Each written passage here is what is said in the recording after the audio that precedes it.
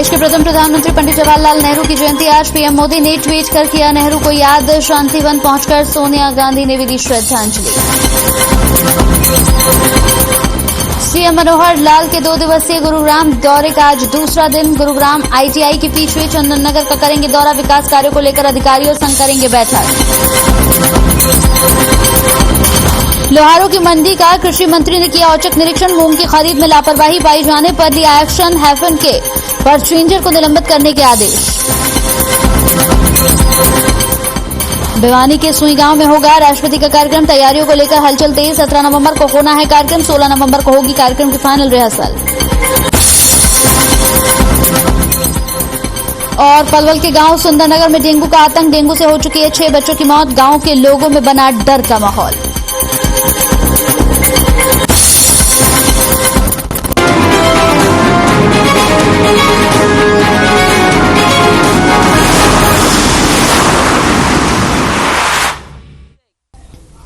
नमस्कार, हर खबर हरियाणा में आपका बहुत बहुत स्वागत है। आपके साथ हाजिर हूं मैं कंचन। शुरुआत करेंगे बुलेटिन की इस वक्त की बड़ी खबर के साथ। इस वक्त की बड़ी खबर टीवी स्क्रीन पर आपको दिखाने जा रहे हैं। मुख्यमंत्री मनोहर लाल का 2 दिवसीय दौरा, जिसका आज दूसरा दिन है और दौरे को लेकर यहां पर कई तरह के अभी तक बातें सामने आ चुकी हैं। आपको बता दें कि कई कार्यक्रम होने हैं। आईटीआई के पीछे चंदन नगर का भी दौरा करेंगे मुख्यमंत्री। अधिकारियों के साथ बैठक भी करेंगे और विकास कार्यों को लेकर भी चर्चा की जाएगी। इस वक्त की बड़ी खबर, 2 दिवसीय दौरे का आज दूसरा दिन है। मुख्यमंत्री मनोहर का 2 दिवसीय दौरा, जिसका दूसरा दिन आज, और अधिकारियों के साथ बैठक करेंगे। विकास कार्यों को लेकर भी आज चर्चा की जाएगी। आईटीआई के पीछे चंदन नगर का दौरा करेंगे मुख्यमंत्री मनोहर लाल। तो इस वक्त की बड़ी खबर, सीएम मनोहर लाल का 2 दिवसीय दौरा, जिसका आज दूसरा दिन। आईटीआई के पीछे चंदन नगर का दौरा करेंगे। अधिकारियों के साथ बैठक भी करेंगे। विकास कार्यों को लेकर भी चर्चा होगी। इस वक्त की बड़ी खबर।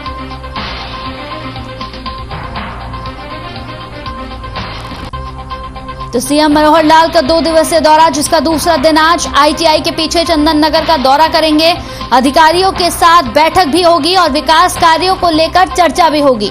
मुख्यमंत्री का 2 दिवसीय गुरुग्राम का दौरा, जिसमें कई महत्वपूर्ण कार्यक्रमों में शामिल हुए मुख्यमंत्री, और आज दूसरा दिन है इसका। दूसरे दिन आईटीआई के पीछे चंदन नगर का दौरा करेंगे। अधिकारियों के साथ बैठक करेंगे और विकास कार्यों को लेकर भी चर्चा करेंगे।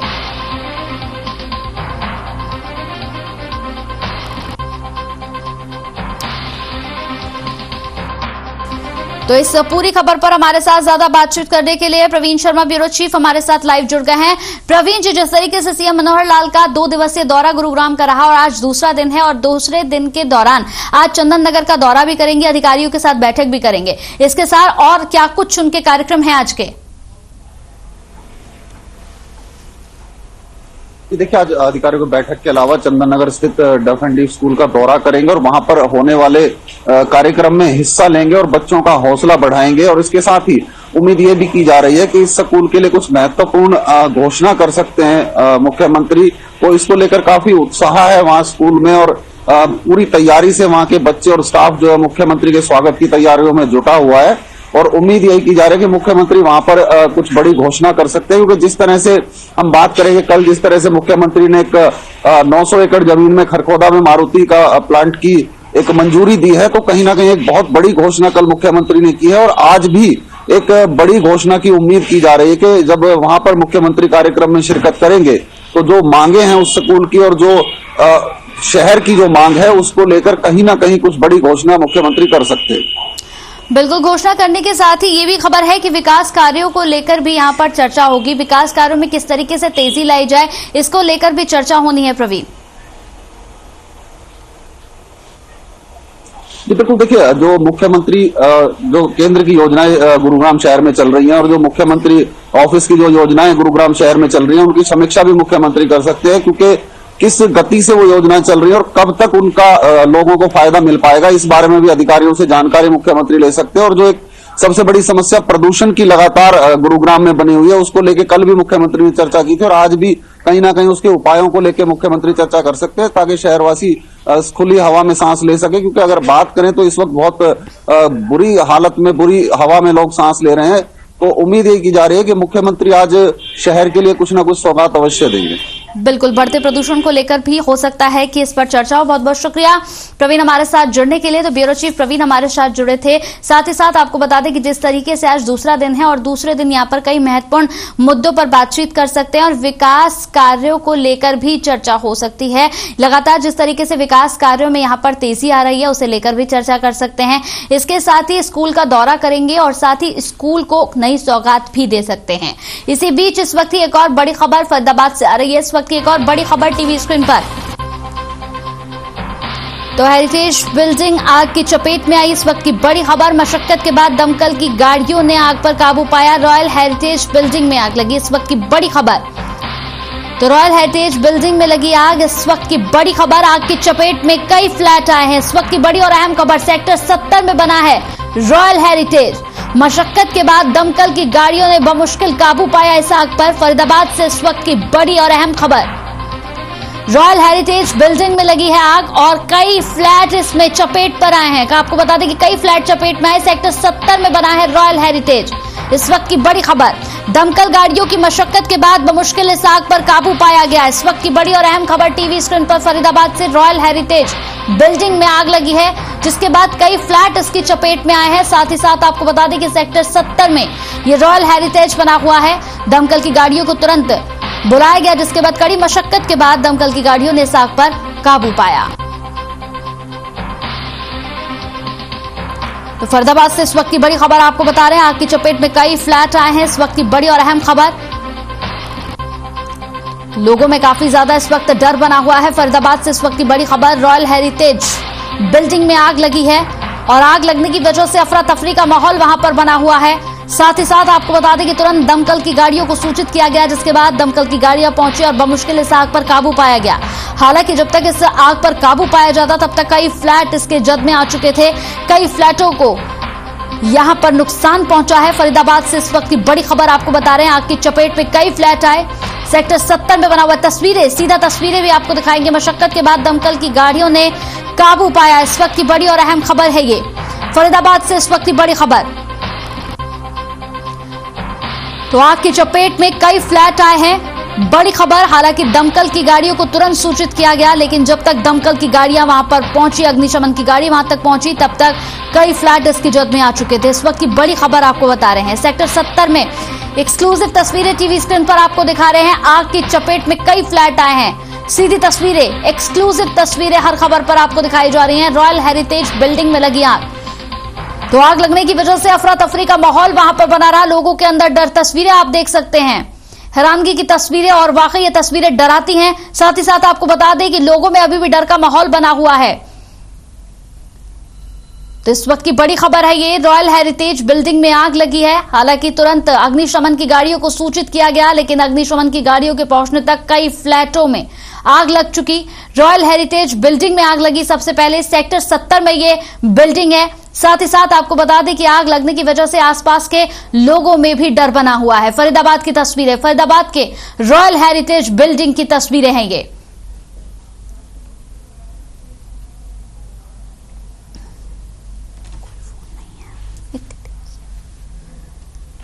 तो रॉयल हेरिटेज बिल्डिंग में आग लगी है। तो इस पूरी खबर पर ज्यादा जानकारी के साथ संवाददाता पूजा हमारे साथ जुड़ गई हैं। तो ब्यूरो चीफ पूजा हमारे साथ जुड़ी हैं। पूजा, रॉयल हेरिटेज बिल्डिंग में आग लगी है फरीदाबाद में, क्या कुछ अपडेट मिल रहा है इस पूरी खबर पर अब?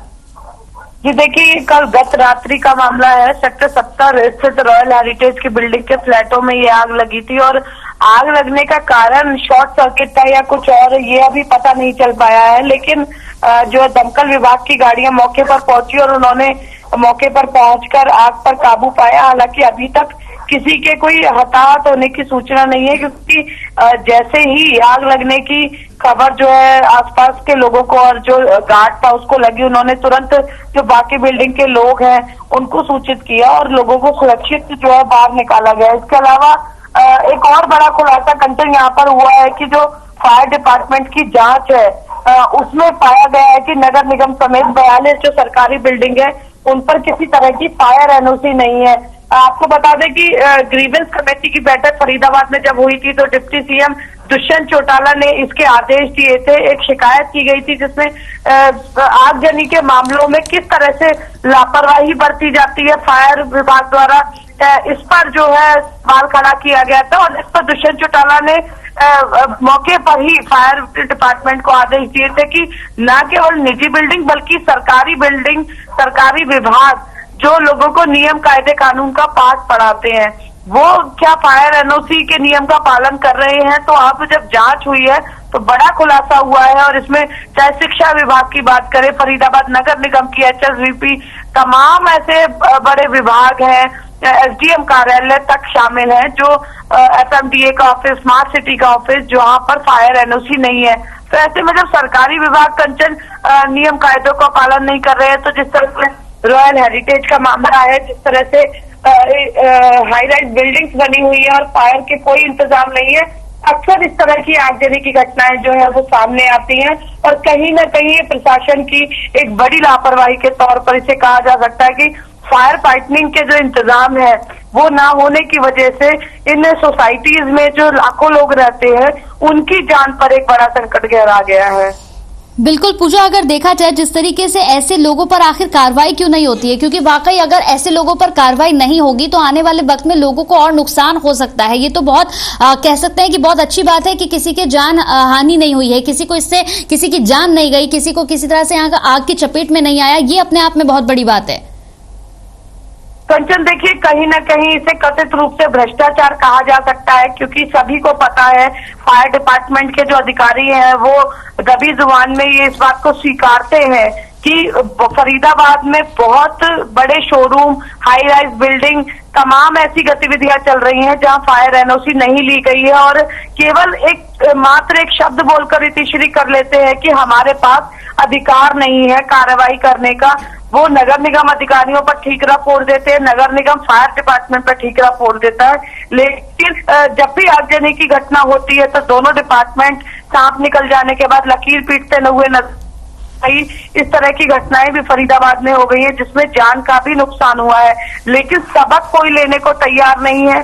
जिस वक्त आगजनी होती है जांच के आदेश दे दिए जाते हैं, कार्रवाई की बात कही जाती है, लेकिन जब मामला धीरे धीरे शांत होता है तो सारी कार्रवाई, सारी जांच ठंडे बस्ते में पड़ जाती है। और इसका प्रत्यक्ष उदाहरण ये है कि पिछले अगर 5 सालों की यदि बात की जाए, फरीदाबाद में जितनी भी आगजनी की घटनाएं हुई है उन स्थानों पर, उन बिल्डिंगों पर, उन फैक्ट्रियों को आज तक फायर एनओसी के रिन्यूअल के लिए जो है संपर्क ही नहीं किया गया है और वो अभी भी इसी तरह से चल रही हैं। तो ये इस बात को दर्शाता है कि फायर डिपार्टमेंट जो है या नगर निगम विभाग की बात करें, किस तरह से एक दूसरे पर ठीकरा फोड़ते हैं जिसका फायदा कहीं ना कहीं, क्योंकि फायर का जो इक्विपमेंट्स लगते हैं काफी महंगे होते हैं और तो सस्ता लालच ये बहुत लोगों की जान पर भारी पड़ सकता है। और जब इस तरह के मामले होते हैं तो प्रशासन की उस वक्त जमकर किरकिरी होती है, लेकिन उसके बावजूद कोई भी इन हादसों से सबक लेने को तैयार नहीं है। और कंचन, अगर रॉयल हेरिटेज में ये किसी को जान माल का नुकसान नहीं हुआ है, लेकिन यदि जरा सी लापरवाही या लोग जरा सी जागरूकता नहीं बरतते तो शायद एक बहुत बड़ा हादसा हो सकता था। बिल्कुल पूजा, आपने सही कहा कि अगर लोग जरा सी यहाँ पर लापरवाही करते तो बड़ा हादसा भी यहाँ पर हो सकता था। बहुत बहुत शुक्रिया हमारे साथ जुड़ने के लिए। तो ब्यूरो चीफ पूजा हमारे साथ जुड़ी थी तमाम अपडेट के साथ। चलिए, इसी बीच इस वक्त एक और बड़ी खबर आ रही है। नूंह से टीकाकरण पर उपायुक्त का ऐलान। जी हां, यहां पर 100% वैक्सीन पर मिलेगा पंचायतों को तोहफा। इस वक्त एक और बड़ी खबर, विकास के लिए यहां पर 10 लाख की मदद मिलेगी। 100% टीकाकरण तो मिलेगी ही, साथ ही साथ आपको बता दें यहां पर मदद भी दी जाएगी विकास के लिए। 10 लाख की मदद, 100% टीकाकरण तो मिलेगी मदद। इस वक्त की बड़ी खबर, टीकाकरण पर उपायुक्त का ऐलान। इस वक्त की बड़ी और अहम खबर नूंह से, इस वक्त की बड़ी खबर आपको बता रहे हैं। 100% वैक्सीनेशन पर मिलेगा पंचायतों को तोहफा। विकास के लिए मिलेंगे 10 लाख की मदद। 100% टीकाकरण तो मिलेगी मदद। तो इस वक्त की बड़ी खबर नूंह से आपको बता रहे हैं, जहां टीकाकरण पर उपायुक्त ने ऐलान किया है कि 100% वैक्सीनेशन पर पंचायतों को तोहफा दिया जाएगा।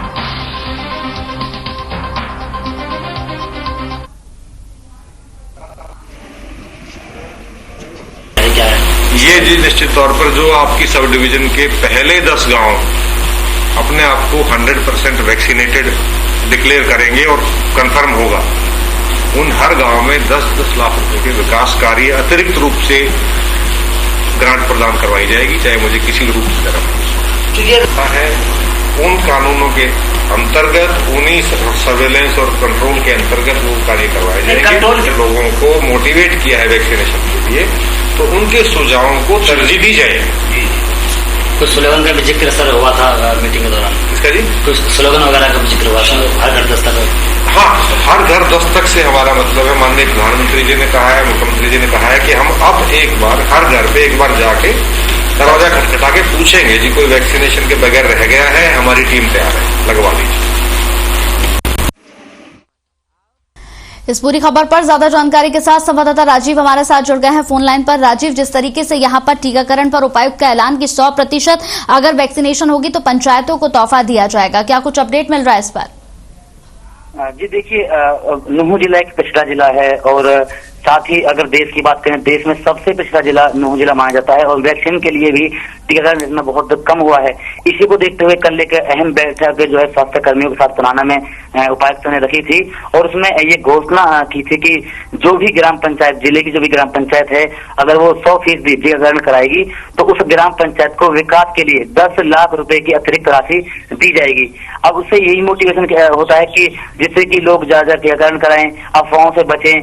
यही कारण है कि वो जगह जगह बैठक कर रहे हैं, क्योंकि ये अहम इसलिए हो जाता है कि इससे पहले बीते दिनों प्रधानमंत्री नरेंद्र मोदी जी ने भी जो है संवाद वीडियो कॉन्फ्रेंस जरिए किया था, नुहू जिले का उपायुक्त से संवाद किया था उन्होंने, इसलिए कि नुहू जिले में वैक्सीनेशन गति बहुत काफी धीमी है। इसी को बढ़ाने के लिए जो है इस तरह की बैठकें मैडम की जा रही है। जी चलिए, बहुत बहुत शुक्रिया हमारे साथ जुड़ने के लिए राजीव आपका। तो टीकाकरण पर उपायुक्त का ऐलान है कि 100% वैक्सीनेशन पर पंचायतों को तोहफा दिया जाएगा, विकास के लिए मिलेंगे 10 लाख रुपए की मदद।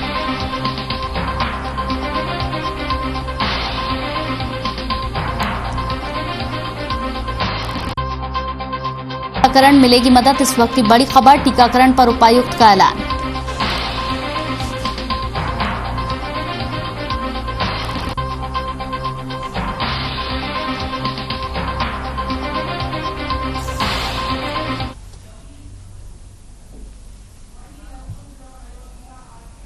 तो वहीं दिल्ली एनसीआर में बढ़ते प्रदूषण को लेकर मुख्यमंत्री मनोहर लाल ने दिल्ली सरकार को आड़े हाथों लेते हुए कहा कि दिल्ली सरकार का काम सिर्फ किसानों को कोसना भर रह गया है, जबकि प्रदूषण फैलाने वाले अन्य इकाइयों पर केजरीवाल सरकार द्वारा काम ही नहीं किया गया, जिसके चलते दिल्ली एनसीआर को खतरनाक प्रदूषण का दंश झेलना पड़ रहा है।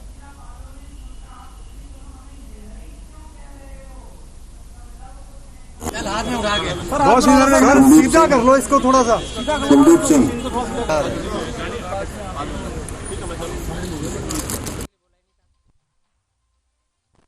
बहुत जबरदस्त तमाचा सुप्रीम कोर्ट ने मारा है उनका कि आप हर बार किसान को ही पिटते रहते हो, जबकि किसान के अलावा और इतने सारे विषय हैं जिसमें से प्रदूषण होता है, उस प्रदूषण के ऊपर आप बोलते नहीं है।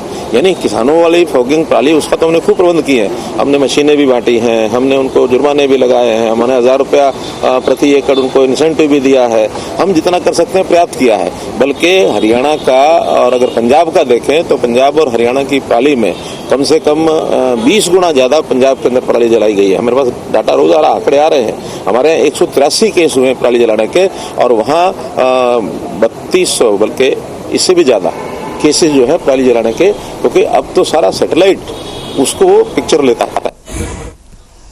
तो वहीं हरियाणा के उप मुख्यमंत्री दुष्यंत चौटाला शनिवार को सोनीपत पहुंचे। डिप्टी सीएम ने आसपास के कई गांवों का दौरा भी किया, जहां उन्होंने लोगों की समस्याओं को सुना और जल्द समाधान करने का आश्वासन दिया। इस दौरान यहां मीडिया से बातचीत करते हुए चौटाला ने कहा कि सरकार किसानों से बातचीत करने के लिए तैयार है, लेकिन किसान तैयार नहीं है। किसान आंदोलन अब आपसी भाईचारा और माहौल खराब करने का काम कर रहा है।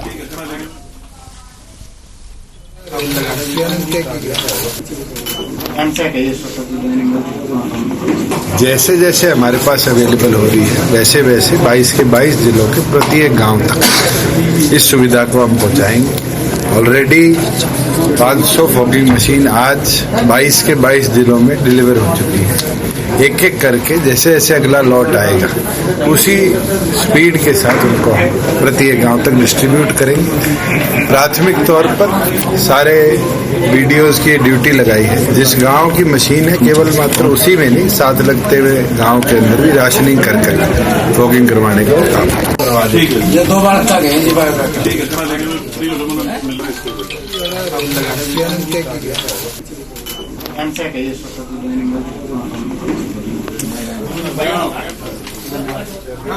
तो आपको बता दें कि किसान यहाँ पर आंदोलन पर चौटाला बोले हैं। चौटाला ने साफ तौर पर कहा कि किसान आंदोलन पूरी तरीके से अब यहाँ पर भाईचारे को, माहौल को खराब करने का प्रयास कर रहा है। सोनीपत पहुंचे दुष्यंत चौटाला कई गांवों का उन्होंने दौरा किया और लोगों की यहाँ पर समस्याओं को भी सुना। साथ ही साथ किसान आंदोलन पर भी अपनी यहाँ पर बात रखते हुए नजर आए हैं। साफ तौर पर उन्होंने किसान आंदोलन को लेकर कहा कि यहाँ पर अब पूरी तरीके से भाईचारा और माहौल खराब करने का किसान आंदोलन काम कर रहा है।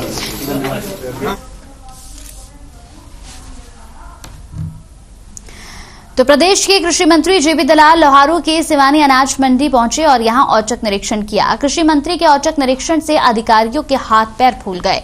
इस दौरान अनाज मंडी में मूंग की खरीद में अनियमितताएं पाए जाने पर कृषि मंत्री ने हैफेड के यहां परचेंजर राजवीर दलाल को निलंबित करने के आदेश दे दिए। तो वहीं चने की फसल में औसत से कम पैदावार की भरपाई के लिए यहां सिवानी क्षेत्र के किसानों के लिए 35 करोड़ 63 लाख की राशि को मंजूर भी किया।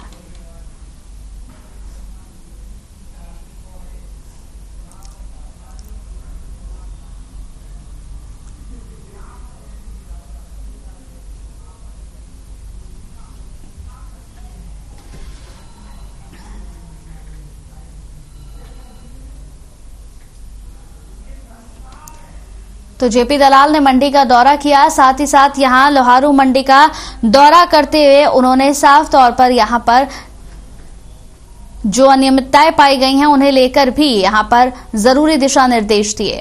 तो उनके औचक निरीक्षण से यहां पर तमाम अधिकारियों के हाथ पांव फूल गए। आपको बता दें कि जिस तरीके से यहां वो पहुंचे और पहुंचने के बाद निरीक्षण किया, उसके बाद जो भी यहां पर अनियमितताएं पाई गई उन्हें लेकर जरूरी दिशा निर्देश देते हुए भी नजर आए।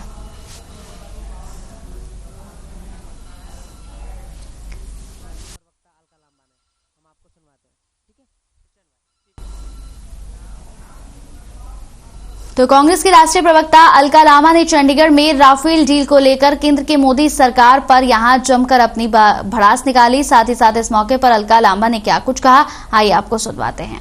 रोज राफेल डील को लेकर 2019 के चुनावों से पहले नारा था, मैं भी चौकीदार, भाजपा प्रधानमंत्री जी का। कांग्रेस और श्री राहुल गांधी जी ने चौकीदार ही चोर का नारा बुलंद किया सबूतों के आधार पर। सबूतों को नजरअंदाज कर दिया गया, राफेल पे उठाए गए सवालों को दफन कर दिया गया। आप सब जानते हैं राफेल डील में कितने जहाज यूपीए की सरकार में आने थे? 126 राफेल लड़ाकू जहाज आने थे, 126। नरेंद्र मोदी जी की सरकार ने 126 से कितने पर समझौता किया? 36 राफेल पर। नंबर 1 कारण नहीं मालूम है, जरूरत। चलिए इसी बीच इस वक्त की एक बड़ी खबर आ रही है फतेहाबाद से। इस वक्त की बड़ी खबर टीवी स्क्रीन पर आपको दिखा रहे हैं, जहां पर लगातार बेहड़ में, यहां गांव बेहड़ में बदमाशों का आतंक देखने को मिल रहा है। घर में घुसकर हवाई फायरिंग की इस वक्त की बड़ी खबर। तलवारों और डंडों से लोगों पर हमला किया, इस वक्त की बड़ी और अहम खबर। 4-5 लोगों के घायल होने की खबर भी सामने आ रही है। एक बदमाश को पकड़ लिया गया है। यहाँ पर इस वक्त की बड़ी और अहम खबर टीवी स्क्रीन पर। फतेहाबाद से गाँव बेहड़ में बदमाशों का आतंक देखने को मिला। घर में घुसकर हवाई फायरिंग की, तलवारों और डंडों से लोगों पर हमला किया, जिसमें 4 से 5 लोगों के घायल होने की खबर भी सामने आ रही है। एक बदमाश को पकड़ भी लिया गया। इस वक्त की बड़ी खबर टीवी स्क्रीन पर। फतेहाबाद गांव बेहड़ में बदमाशों का आतंक, जहां घर में घुसकर हवाई फायरिंग की गई और तलवार और डंडों से लोगों पर हमला किया गया। इस वक्त की बड़ी और अहम खबर टीवी स्क्रीन पर आपको दिखा रहे हैं। आपको बता दें कि कैमरे में कैद हुई है आतंक की पूरी तस्वीर। तो बिहार में बदमाशों का आतंक यहां पर देखने को मिला। घर में घुसकर हवाई फायरिंग की है, तलवारों से डंडों से लोगों पर हमला किया है, जिसमें 4 से 5 लोग घायल हो गए हैं। तो ये तस्वीरें हम आपको दिखा रहे हैं, टीवी स्क्रीन पर तस्वीरें भी आप देख सकते हैं। गांव बिहार में बदमाशों का आतंक किस तरीके से है ये आप टीवी स्क्रीन पर देख रहे हैं। तलवारों और डंडों से यहां पर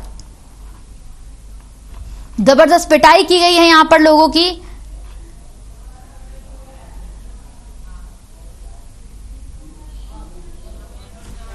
इस पूरी खबर पर ज्यादा जानकारी के साथ संवाददाता रमेश हमारे साथ जुड़ गए। रमेश, क्या कुछ अपडेट मिल रहा है इस पूरी खबर पर? गांव बिहार में बदमाशों का आतंक, जिसकी तस्वीरें भी हम देख रहे हैं, यहां पर डंडों से और तलवारों से लोगों पर हमला किया गया, क्या कुछ अपडेट है इस पर?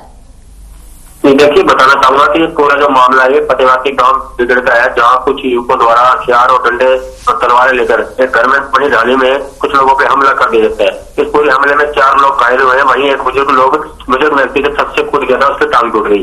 इसके बाद जो पुलिस द्वारा 112 डायल पर जो सूचना दी गई थी, पुलिस मौके पर पहुंची गई थी।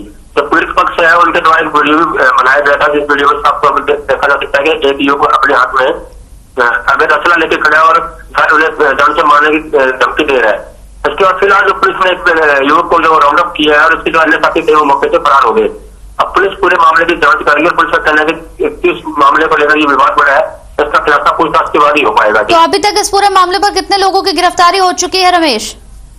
फिलहाल जो एक युवक को ही पुलिस द्वारा राउंड अप किया गया है। हाँ। और वो भी जो पीड़ित पक्ष है उन्होंने इस युवक को ऊपर छत पे जो पकड़ रखा था, उसी युवक को जो पुलिस द्वारा पकड़ा गया है। फिलहाल जो घायलों का कोई इलाज करवाया जा रहा है। पुलिस का कहना है कि घायलों के बयान लेने के बाद और इस युवक से जब पूछताछ करने के बाद ही पूरा मामला जो सामने आएगा कि किस कारण इनका आपस में विवाद हुआ था और युवक ने उनके घर और ढाने में हमला करने क्यों गए थे। चलिए, बहुत बहुत शुक्रिया रमेश इस पूरी खबर पर तमाम जानकारी हम तक पहुंचाने के लिए।